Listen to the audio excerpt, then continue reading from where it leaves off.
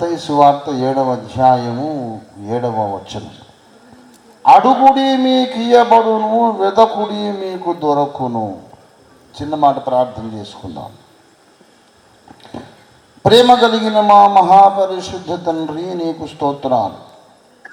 కొంచెము సేపు మాతో మాట్లాడవయ్యా స్వామి. మా కన్న తండ్రి, మా జీవన సర్వస్వమా, మా జీవనాధారమా, మా రక్షణాధారమా, మా నీతికి ఆధారమై ఉన్న యేసయ్యా, నీకు వందనాలు. నిన్ను మేము ప్రేమిస్తున్నాము ప్రభువా. We really love you, Jesus, this evening. And we want to please you. We want to make you happy. And we want to serve you, Lord, in a way that is pleasing to you.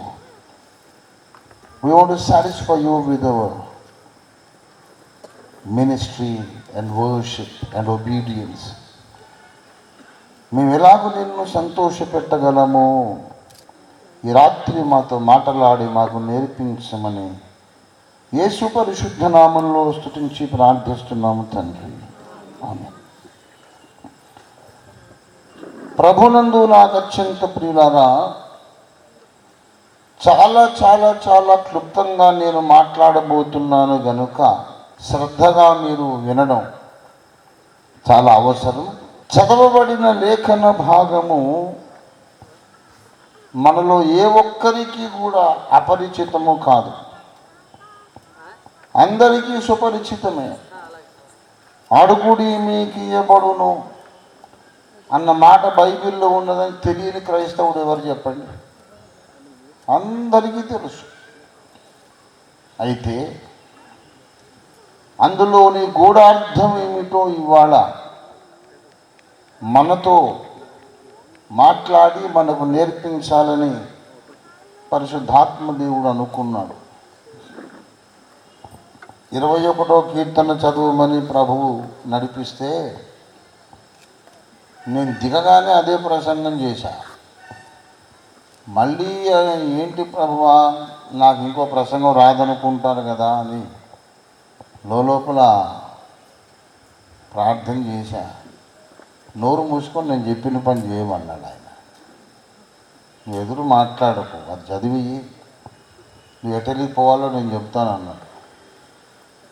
నేను వాక్య పరిచర్యలోకి వెళ్లకుండా చాలాసేపు నా సాక్ష్యం అది ఇది చెప్తున్నా ఏంటంటే ఈ లింక్ దొరకాలని. ఆఖరిన దేవుడు మత్తయి 7:7 చదివి అప్పుడు మొదలు పెట్టమన్నాడు కనుక నేను రంగంలో దిగాను. అది అసలు పరిస్థితి. అడుగుడి మీకు ఇయ్యబడును అన్న మాటలోని అంతరార్థము, గూఢార్థము మనం ఈ రాత్రి నేర్చుకోవాలని పరిశుద్ధాత్మ దేవుడు కోరుతూ ఉన్నాడు. వాక్యములోని అంతరార్థం అన్నాను, అంటే లోపల ఉన్న అర్థము. వాక్యానికి 2 అర్థాలు ఉంటాయి. మనకు ఉపరిభాగములో outwardly on the surface level కనబడే అర్థం ఒకటి, లోపలి భాగములో ఉన్నటువంటి అర్థం ఇంకొకటి. బైబిల్ గ్రంథంలో లేఖనము యొక్క శరీరం ఉన్నది, లేఖనము యొక్క ఆత్మ ఉన్నది. నన్ను మీరు చూస్తున్నారు, మీరు చూసేది రంజిత్ ఓఫీర్ యొక్క శరీరాన్ని, ఆత్మను మీరు చూడలేరు. నా ఆత్మ నాకే కనపడలేదు ఇప్పటిదాకా. ఎంతసేపు అద్దం ముందు నిలబడ్డా ఈ శరీరమే కనపడుతుంది తప్ప ఆత్మ కనపడదు. చాలా రకాలుగా ఎక్స్రే కూడా తీసి చూసుకున్నాను, అయినా ఆత్మ కనపడలేదు. ఆత్మ లోపల ఉంది, కానీ లోపల ఉండి కూడా కనిపించకుండా ఉన్నటువంటి ఆత్మే ప్రధానమైనది. ఆత్మ నాలో నుంచి వెళ్ళిపోయింది అనుకోండి, దీన్ని రంజిత్ ఓఫీర్ అనరు, శవం అంటారు. ఇట్స్ ఎ డెడ్ బాడీ, మనిషి కాదు, అది శవం అంటారు. ఆత్మ ఈ దేహంలో ఉన్నంతసేపే ఈ దేహానికి చైతన్యము, విలువ, ప్రయోజనం. ఆత్మ వెళ్ళిపోయింది అనుకోండి, కళ్ళు ఉంటాయి, చూడవు, నాలుగు ఉంటుంది మాట్లాడదు, కాళ్ళు చేతులు ఉంటాయి, నడిచేది ముట్టుకునేది పట్టుకునేది ఏమీ లేదు. శరీరము నిష్ప్రయోజనం, ఆత్మే జీవింపజీవిచున్నది అన్నారు యేసయ్య. ఇదే వ్యవస్థ బైబిల్లో ఉంది. బైబిల్కి ఒక శరీరం ఉంది, బైబిల్కి ఒక ఆత్మ ఉంది. 2వ కొరింథీ పత్రిక 3వ అధ్యాయము, దయచేసి 7వ వచనం, మరణ కారణముగు పరిచర్య రాళ్ల మీద చెక్కబడిన అక్షరములతో కూడినదైనను. 8వ వచనంలో, ఇట్లుండగా ఆత్మ సంబంధమైన పరిచర్య ఎంత మహిమగలదయ్యుండును. 6వ వచనం, ఆయనే మమ్మును క్రొత్త నిబంధనకు పరిచారకులుగా నియమించి ఉన్నాడు. మమ్మును క్రొత్త నిబంధనకు అనగా అక్షరమునకు కాదు గాని ఆత్మకే పరిచారకుల మగుటకు మాకు సామర్థ్యము కలిగించి ఉన్నాడు అంటున్నాడు అపొస్తలుడైన పౌలు భక్తుడు. ప్రీచింగ్ మినిస్ట్రీలో కొందరేమో అక్షరమునకు సేవకులు, కొందరేమో ఆత్మకు సేవకులు. ఆత్మ అనేది ప్రస్తావించగానే దానికి కాంట్రరీలో ఏముండాలని ఆశపడతాం, మనం ఎక్స్పెక్ట్ చేస్తాం చెప్పండి. ఆత్మ, దానికి కాంట్రరీలో ఏముండాలి? శరీరం. ఆత్మ శరీరం. కానీ ఇక్కడ ఆత్మ అనే దానికి వ్యతిరేక దిశలో అక్షరము అనేది ఉంది. ఆత్మ వేరు, దానికి ఉన్నటువంటి మరొక భాగం ఉంది. ఆత్మ కానిదేదో ఉంది. నాలో ఆత్మ ఉంది, ఆత్మ కానిది ఒకటి ఉంది. అదేంటంటే శరీరం. ఇక్కడ ఆత్మ ఉంది, ఆత్మ కానిది ఒకటి ఉంది. అదేంటంటే అక్షరం. ఆత్మయు అక్షరము అన్నాడు. మనిషిని చూస్తేనేమో ఆత్మయు శరీరమును అన్నాడు. ఇక్కడ ఆత్మ మరియు అక్షరం అన్నాడు. మానవుణ్ణి చూస్తేనేమో శరీరం లోపల ఆత్మ ఉన్నది, ఇక్కడ ఒక గ్రంథము కనబడుతోంది, ఇక్కడ అక్షరాల లోపల ఆత్మ ఉన్నది. ఒక ఆత్మ ఉండి ఈ అక్షరాలను బ్రతికిస్తుంది. బైబిలు గ్రంథము జీవము కలిగిన గ్రంథము. ఆర్ఆర్కే మూర్తి గారు ఎలా రక్షింపబడ్డారంటే, మిషనరీలకు తెలుగు నేర్పడానికి ట్యూటర్గా చేరాడు. ఈయన గారు వాళ్ళకి తెలుగు నేర్పిస్తుంటే వాళ్ళు అడపదడప సువార్త చెప్పేవాళ్ళు. ఒక కొత్త నిబంధన ఇచ్చేట ఆయనకి. ఆయన చదువుతుంటే మూర్తి గారి సాక్ష్యం ఏంటంటే, మానవుడు చదివే గ్రంథములు ఎన్నో ఉన్నవి, కానీ మనిషిని చదివే గ్రంథము బైబిల్ అని నాకు అర్థమైందన్నాడు. బైబిల్ని నేను చదవడానికి ప్రయత్నం చేస్తుంటే అది నన్ను చదివేస్తోంది. నీ జీవితం ఇది కదా, నీ స్వభావం ఇది కదా అంటుంది. The Bible is a living book, a mysterious book. Bible గురించి ఏం చెప్పాలి, చెప్పలేం మనం. వర్ణించలేనంత ప్రభావం ఉన్నది బైబిల్లో. ఒక great intelligent, educated, highly qualified, brilliant man, professor, 1930s షిప్లో ప్రయాణాలప్పుడు లండన్కి వెళ్ళి చదువుకొని వచ్చాడు. ఆయన ఏథీస్ట్ అన్నమాట, నాస్తికుడు. మా తాతగారు కేవి జేకబ్ గారు అని చెప్పాను కదా, అమ్మోళ్ళ నాన్నగారు. ఆయన భక్తుడు, పరమ భక్తుడు. ఆయన బైబిల్ లేకుండా ఎక్కడికి వెళ్ళడు. జేకబ్ సాబ్ వాక్యం చెప్తున్నాడంటే ఆ రోజు వెతుక్కొని పర్టికులర్గా హ్యాండ్ కర్చీఫ్ తీసుకొని వెళ్ళాలి. హ్యాండ్ కర్చీఫ్ లేకుండా వస్తున్నావా పిచ్చోడ, ఏంటి ఎవరనుకున్నావు వాక్యం చెప్పేది? జాకబయ్య గారు చెబుతున్నారు వాక్యం, కొత్తపల్లి జాకబ్ గారు అనేవాళ్ళు. అవునా అని మళ్ళీ ఇంటికి వెళ్ళి కర్చీఫ్ తెచ్చుకున్నాడు. ఎందుకు తెలుసా? ఏడవకుండా ఒక్కడు పోడు కాంగ్రిగేషన్ నుండి. అంత శక్తి కలిగిన ప్రసంగికుడు. ఎప్పుడు బైబిల్ పట్టుకొని సంచరిస్తుంటాడు. ఈ ప్రొఫెసర్ గారు ఎదురొచ్చి అన్నారట, oh mister Jacob, it seems that you believe in that book, in that Bible. What is so great about Bible? You know, I can write another Bible అన్నాడు. నేను కూడా ఒక బైబిల్ రాయగలను తెలుసా, పెద్ద అది పట్టుకు తిరుగుతున్నాం అన్నాడు ఆ నాస్తికుడు. ఎలా రాస్తావు అని అడిగాడు తాతయ్య. ఏముంది, ఆది యందు దేవుడు భూమి ఆకాశం సృజించానని ఉంది, నేను ఇంకోటి రాస్తాను. ఆది యందు అలా జరగలేదు, ఇలా జరిగిందని ఇంకోటి రాసేస్తాను. That becomes another Bible. What is so great అన్నట్ట. తాతగారు ఏమన్నారంటే, oh mister professor, you are so capable. I know you can write another Bible, I know, but which fool will read it అన్నాడు. Which fool will read it? చూడ, రాసైతే చూడు ఒక Bible. ఎవడు చదువుతాడు? నీ భార్య చదవదు, నీ పిల్లలు చదవదు, నీకే చదవబుద్ధి కాదు, డోపు వస్తుంది. ఎవడు చదువుతాడు అది? బైబిల్ రాస్తాడు అయ్యా. ఇంకోటి, బైబిల్ గ్రంథంలో డిస్క్రిపెన్సీస్ ఉన్నాయి, స్వయం వైరుధ్యాలు ఉన్నాయి, ఎన్నెన్నో పొరపాట్లు ఉన్నాయని ఎంతోమంది విమర్శిస్తున్నారు. కానీ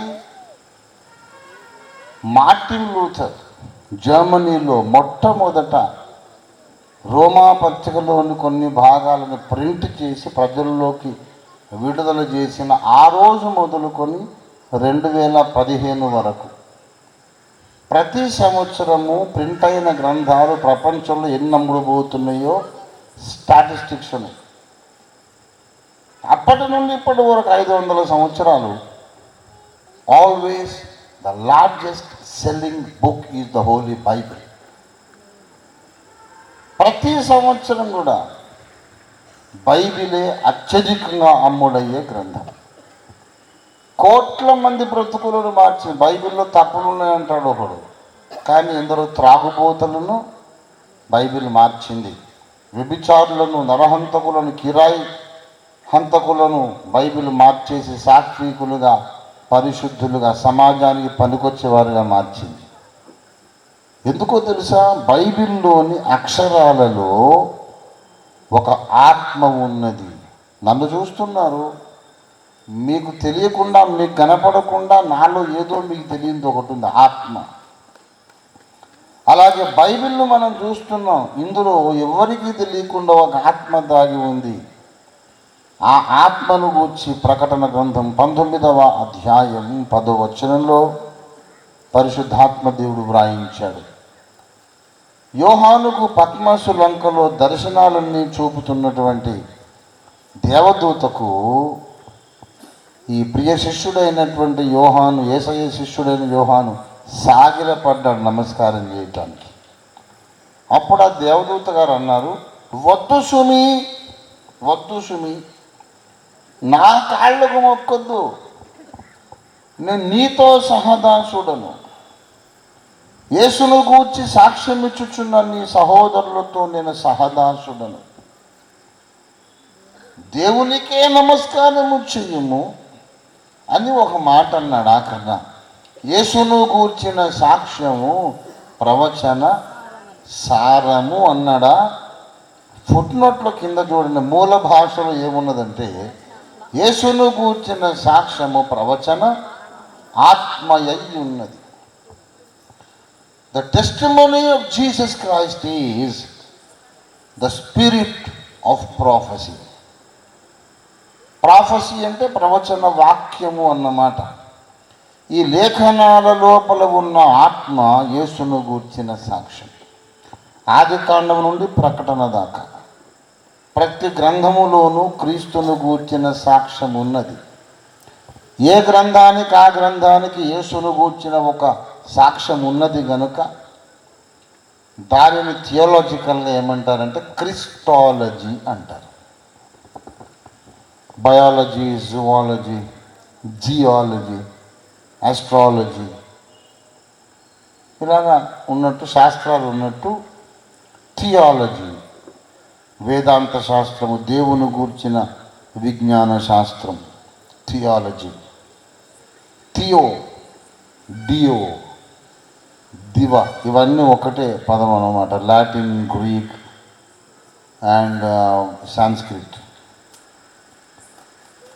పిల్లరా, దేవుని గూర్చినటువంటి శాస్త్రము థియాలజీ. అందులో క్రీస్తు అనే త్రిత్వములోని రెండవ వ్యక్తిని గూర్చిన సాక్ష్యం, శాస్త్రము, విజ్ఞానమును క్రిస్టాలజీ అంటారు.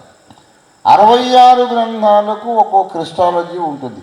The Christology of Genesis, the Christology of Exodus, Leviticus and Numbers and so on. ఏ గ్రంథానికి ఆ గ్రంథానికి యేసయ్య ప్రత్యక్షమవుతూ ఉంటాడు. గ్రంథమే కాదు, అధ్యాయంలో ప్రత్యక్షం అవుతాడు.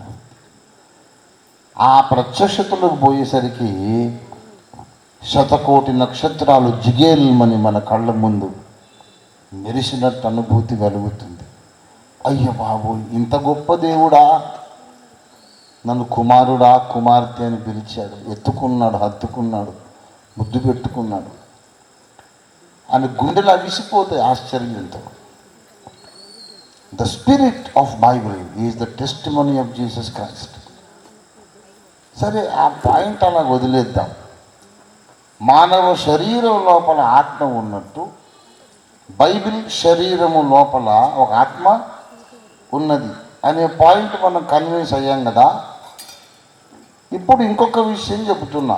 ఈ శరీరము ఆత్మ, అక్షరము ఆత్మ అనేది ఎప్పుడైతే సిస్టమ్ ఉందో, ఎప్పుడు కూడా ఉండే సర్వసాధారణమైనటువంటి ఒక సమస్య ఉంది.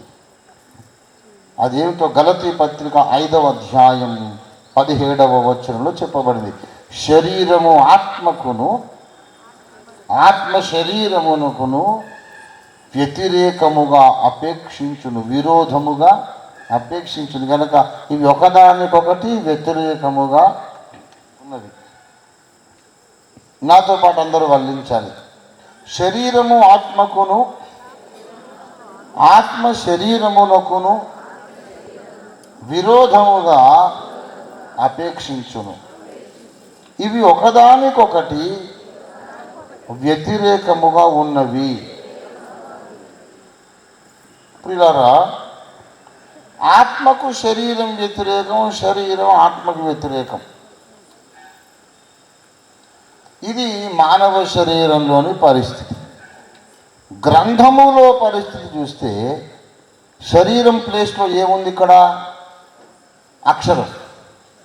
శరీరం ప్లేస్లో అక్షరం ఉంది, లోపల ఆత్మే మామూలు. ఈ సిచ్యువేషన్ అక్కడ అప్లై చేసుకుందాం. మానవ జీవితపు పరిస్థితులు ఏంటంటే ఆత్మ శరీరానికి విరోధం, శరీరం ఆత్మకు విరోధం. గ్రంథములో పరిస్థితి ఏంటంటే శరీరం అనే ప్లేస్లో అక్షరం పెట్టి చదువుకోండి. అక్షరము ఆత్మకు విరోధం, ఆత్మ అక్షరమునకు విరోధం. కాబట్టి ఇప్పుడు నా ప్రసంగం ముగింపుకు వచ్చేసింది. అడుగుడి మీకు ఇవ్వబడును అనేది అక్షరం. దానికి అర్థం ఏంటో తెలుసా? మీరు అడిగింది మీకు ఇవ్వబడదు అని అర్థం. అంతే.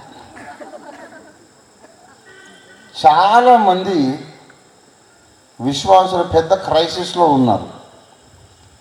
అడుగుడి మీకు ఇవ్వబడును అని బైబిల్లో ఉంది, అడిగిందేమో ఇవ్వడేంటి ఆయన? మీరు ఎవరైనా నేను అడిగిన ప్రతి ప్రార్థన దేవుడు విన్నాడు, అడిగిన ప్రతి వరము ఇచ్చాడు.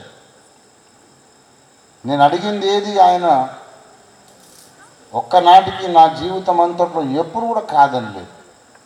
He gave me everything I prayed for అని చెప్పేవాళ్ళు ఉన్నారా? చెప్పగలరా? ప్రపంచంలోనే ఎవరు లేరు. మన యథార్థమైన సాక్ష్యం ఏంటంటే మనం అడిగినవి చాలా వరకు ప్రభు ఇచ్చారు, కానీ ఇవ్వనివి కూడా ఎన్నో ఉన్నాయి. అవునా కదా? మనం అడిగినవి ఎన్నో ఇచ్చాడు, ఇవ్వనివి కూడా ఎన్నో ఉన్నాయి. చాలాసార్లు అడిగింది అడిగినట్టు ఇచ్చేశాడు. అసలు వాస్తవం చెప్పాలంటే ఆయన ఓకే అన్నది తక్కువ, ఈయన బొమ్మ అన్నది ఎక్కువ. ఓ పాస్టర్ గారు నాతో, పెద్దవాడు ఆయన, పిల్లలు నాకంటే పెద్దవాళ్ళు అనమాట. నేను అప్పుడు కొత్తగా సేవకు వచ్చే బ్రహ్మచారిని. నాకే పెద్ద అనుభవం లేదు, ఆయన ఏమో నా తండ్రి వయసు. ఆయన అంటాడు, నేను మామయ్య మామయ్య అన్నాడు. అల్లుడా, దేవుడు నాకు మొత్తం అన్యాయం చేశాడు అన్నాడు. పెద్ద పాస్టర్ గారు ఆయన. మొత్తం దేవుడు అన్యాయం చేశాడు. నేను అనుకున్న అమ్మాయిని పెళ్లి చేసుకోలేకపోయాను, అనుకున్న చదువు చదువుకోలేకపోయాను, అనుకున్న ఉద్యోగం నాకు రాలేదు, కోరుకున్న అమ్మాయిని చేసుకోలేకపోయాను. తాత అయిపోయాడు, ముసలోడు అయిపోయా కనుక బాధ. నేనన్నాను, మామయ్య చేసుకుంటే ఇంకెంత బాధపడుతుందో, మరి చేసుకోలేదని బాధపడుతున్నావు, కానీ అనుకున్న అమ్మాయిని చేసుకున్నందుకు ఊరేసుకున్న వాళ్ళు కూడా ఉన్నారు. చాలేవయ్యా, గట్టును కూర్చొని చెప్పకు, నాకు ఎంత బాధగా ఉంది అంట. మొత్తం నాకు అన్యాయం చేశాడు దేవుడు. చాలా కాలం పిల్లలు పుట్టలేదు, ప్రార్థన చేయగా పుట్టారు. పుట్టిన ఒక్కడు నా మాట వింటలేదు ఇప్పుడు. అసలు మొత్తం దేవుడు నాకు అన్యాయం చేశాడు అంటాడు. గంట సేపు అయింది నస. చాలాసేపు అయ్యాకనే అన్నాను, మంచిది మామయ్య, వదిలేద్దాం, ఈ దేవుడు మనకంతా అన్యాయం చేస్తున్నాడు కదా, వదిలేసి ఇంకోటి చూసుకుందాం అన్నా. అలాగంటావా, ఎందుకంటే మంచోడు ఎవడున్నాడయ్యా, అబ్బే ఎన్ని బాధలు పెట్టినా మనం ఈయనే పట్టుకోవాలి గట్టిగా అంటారు. నేను భార్యాభర్తలు గొడవాడుకుంటారు, అది కాసేపే. గొడవాడుకోకుండా ఏ సంసారం ఉండదు, మళ్ళీ కలుసుకుంటారు. అలాగే భక్తునికి దేవునికి మధ్యలో కూడా కలహాల కాపురమే నడుస్తుంది. కొంతమంది భర్తలు భార్యలు అప్పుడప్పుడు చేయి చేసుకుంటూ ఉంటారు, అది క్రీస్తు పోలిక. ఎందుకంటే దేవుడు కూడా అప్పుడప్పుడు మన మీద బెత్తం వాడతాడు. కొంతమంది స్త్రీలు భర్త మాట వినరు, అది కూడా చాలా గొప్ప సాదృశ్య పాఠం. ఎందుకంటే సంఘం కూడా దేవుని మాట వినదు. ఆయన చెప్పిన మాట వినకుండా దెబ్బలు తినటం భక్త సమాజమునకు అలవాటు. ఆ పాఠము చూపడానికి అనేక మంది సోదరీమణులు పూనుకున్నారు, వారికి మా వందనాలు. వీళ్ళారా, ఎంత కలహాలైనా గొడవాడుకున్నా చేసిన ఏదైనా సరే మళ్ళీ మొదలుకు వస్తారు. మళ్ళీ భార్యాభర్తల బంధం అంత తొందరగా తెగేది కాదు. It is not so easy. ఒకవేళ తెంచుకుంటే మిగిలేది గాయమే కానీ ఆనందంగా తెంచుకోవచ్చు, చట్టాలు ఉన్నాయి, ముండికేయవచ్చు, కానీ మిగిలేది గాయం, ఆనందం కాదు. క్షమాపణలో కలిసి ఉండడంలో ఆనందం ఉంది, విడిపోవడంలో ఎప్పుడు గాయమే ఉంటుంది. ఇది కూడా దేవునికి మనకున్న అనుబంధానికి సూచన. దేవుని మీద ఎన్నోసార్లు వెంకలేస్తాం, సణుగుతాం, కొనుగుతాం, ఏం దేవుడు, ఏం భక్తి, ఏం ప్రార్థన, నాకు ఏ మేలు చేయలేదు అంటాం. సరే ఈయన వదిలేసి ఇంకోటి చూసుకుందామంటే ఇంకెవరున్నారు? ఈయనలాగా పరిశుద్ధుడు, ఇంత ప్రేమ గలవాడు, ఈయనలాగా మన కొరకు ప్రాణం పెట్టిన వాళ్ళు ఎవరున్నారు? యేసు ప్రభు వారిని వద్దు అనుకొని ఇంకొకరిని వెతుక్కుంటే ఈయన కాలి గోటికి సమానుడు కూడా ఒక్కడు కూడా లేడు విశ్వంలో. దేవుడి స్తోత్రం కలుగును గాక. కనుక మనం తప్పు చేసినప్పుడు ఆయన మనం గద్దించవచ్చు, మొట్టికాయలు వేయచ్చు, శిక్షించవచ్చు, ఏమైనా చేయవచ్చు. కానీ ప్రభువును మాత్రం మనం వదులుకోలేము. ఆయన లేని జీవితం అసలు మనం ఊహించుకోలేము. మీరెవరన్నా ఊహించగలరా? వచ్చే వారం నుండి యేసు కాదు ఇంకో మంచి దేవుడిని నమ్ముకుందాం, ఊహించుకోండి. అసలు ఊహ కూడా సాధ్యంగా, అయ్యి బాబోయ్ యేసయ్య వద్దనుకుంటే ఏముంది, అంత చీకటే కాదు, చీకటే. ప్రియులారా, ఆయన మనం అడిగినవి చాలా వరకు మనకి ఇవ్వడం లేదు. ఇది మనందరి సాక్ష్యం. Let us be very honest. నేను అడిగిందల్లా దేవుడు నాకు ఇచ్చాడు అన్నవాడు ఎవడన్నా ఉంటే వాడికి అవార్డు ఇవ్వచ్చు. ద బెస్ట్ లయర్, ప్రపంచ స్థాయిలో ఉత్తమ అబద్ధికుడని వాడికి అవార్డు ఇవ్వచ్చు. ఎందుకంటే యేసయ్యకి ఆ సాక్ష్యం లేదు.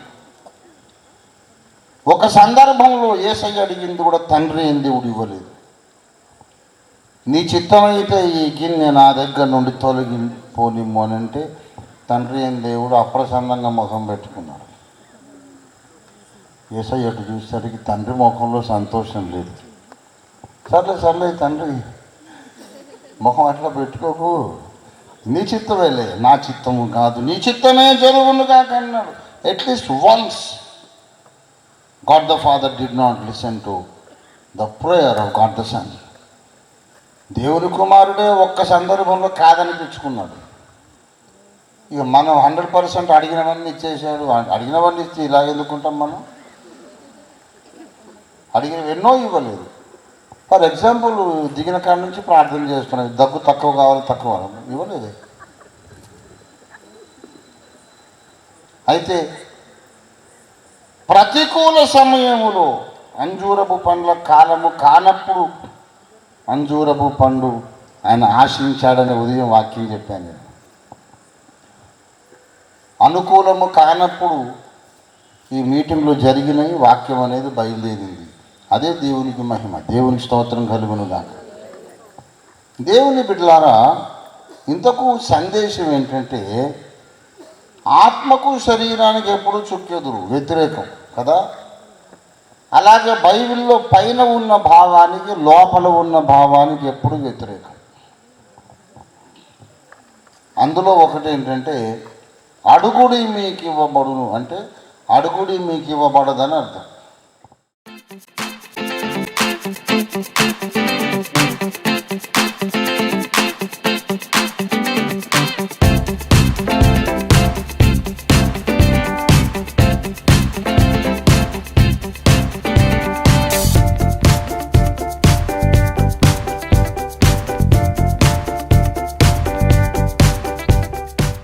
మరిన్ని వివరములకు మమ్మల్ని సంప్రదించండి. ఓఫేర్ మినిస్ట్రీస్, LIG 86/1, 3వ phase, KPHP colony, Kukatpally, Hyderabad 500072. మా ఫోన్ నంబర్స్ 9908773008, 9955110044. మా వెబ్సైట్ www.ofairministries.org. మా ఇమెయిల్ satyavedasaram@ofairministries.org.